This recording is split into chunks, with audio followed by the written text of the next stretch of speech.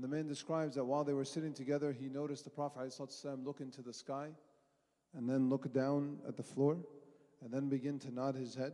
And the commentator says as if he understood what was being said to him. And then he looked back up to the sky, and then it was as if he returned to this realm and he gazed upon his companion. And so the companion said, Ya Rasulullah, what is this? And the Prophet said, describe to me what you saw. So the man described it. And the Prophet said, is that how you understood what happened? And he said, yes, that's correct. That's exactly what happened. Jibreel alayhi salam descended upon me and he gave me an ayah. And the ayah was this ayah, Inna Allah ya'muru bil-adli wal-ihsani wa ita'i dhil qurba. So the companion says, when this ayah was recited to me, all of my doubts about Muhammad sallallahu alayhi wasallam disappeared from my heart and he became the most beloved man to me.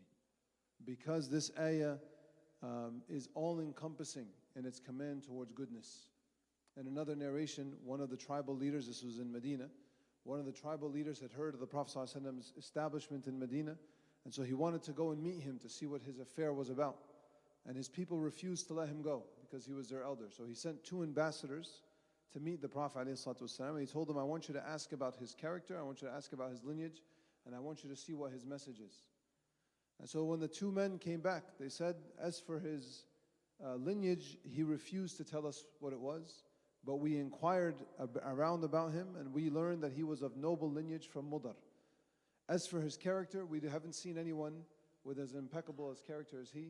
And as for his message, they recited this ayah, Inna Allah ya'muru bil-adli wal-ihsani wa ita'i dhil qurba. And so the clan leader told them, he told his people, I see that this man can only command towards good, so I command you to be the first among those who follow it and do not be among the last. Meaning he was sure that the Prophet ﷺ, because of these commandments, will come to be the leader of Arabia. And he was telling his people, you should be among the first to believe in him, because if you don't, eventually you're going to believe him in any way, because he is going to gain power and you're going to be among the last. This ayah, and especially the first part of this ayah, Allah subhanahu wa ta'ala removes all doubt. Some of the commentators on this ayah, they say this was one of the death blows to the arguments of Quraysh, because Allah subhanahu wa ta'ala was making it clear, everything good that you believe in, this Prophet calls for. And everything evil that you hate, this Prophet stands against. And this is one of the evidences of truth, is that truth will only call towards goodness and only call against evil. But let's look very quickly at the definitions and then some of the meanings of these differences, and then we'll close inshaAllah. Adl is clearly justice, but Allah subhanahu wa ta'ala uses different words for justice in the Quran. He also uses the word qist quite often in the Quran when he's discussing justice. The difference between the two is interesting. Among them is that adl is a wider value. Qist has to do mostly between measuring between 2 things, having a scale. That's what qist is. You're measuring.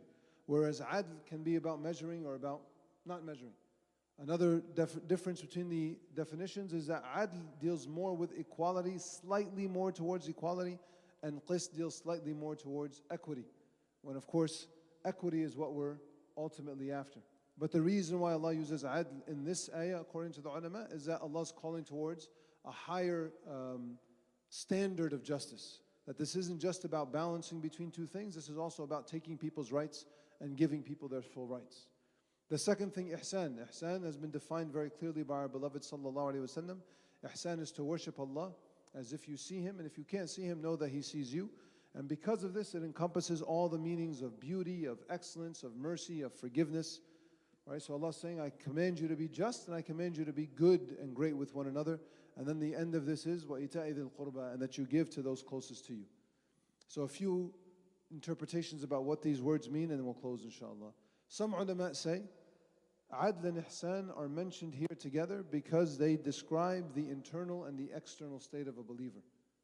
And so some will say, for example, that to be just here in this ayah means that your outside matches your inside. So how you behave in front of people is what's really in your heart. Or how you behave in the community is exactly how you behave at home. Whereas ihsan is that what's hidden from the people is actually better than what you put out.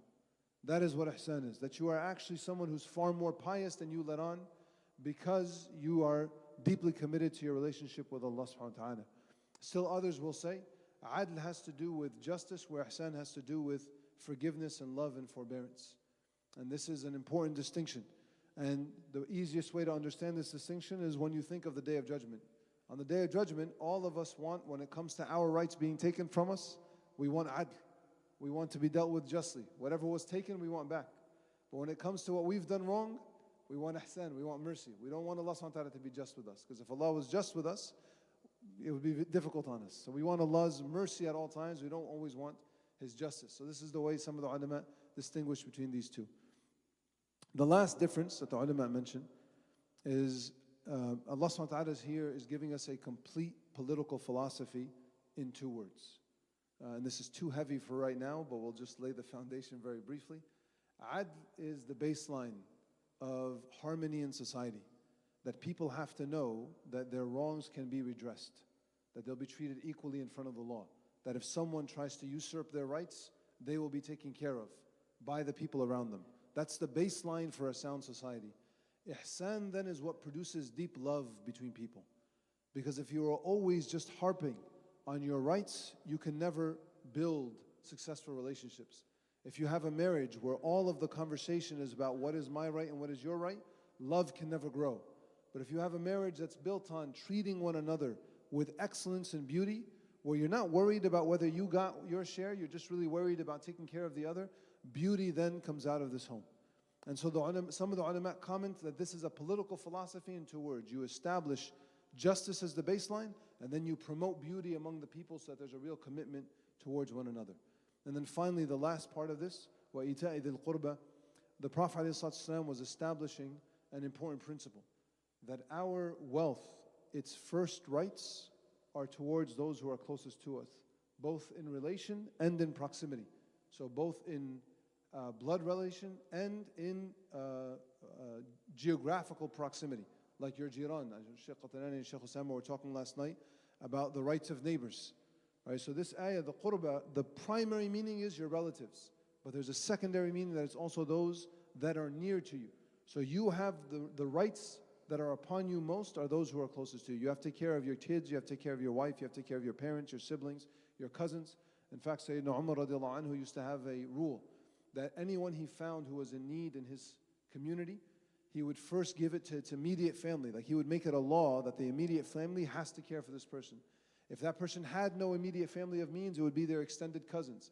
If they had no extended cousins, it would be the extension of the extended cousins until it got farther and farther out.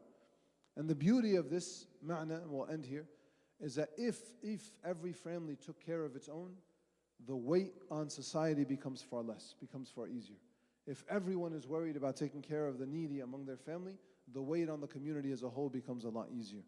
And then lastly, this makes it impeccable, or makes it necessary upon every man especially, that they are aware of what's happening in their families, both their immediate and extended, and that they have an investment in their family. So you shouldn't be someone who is oblivious to what's going on with your relatives. You do need to know so that you can be there when they need you, because in front of Allah's eyes you have a greater responsibility over them than anybody else. May Allah subhanahu wa ta'ala make us from those whose character is beautified, and may He make us from those whose Ramadans are accepted. Wa jazakumullah khair. Wassalamu alaikum wa rahmatullah.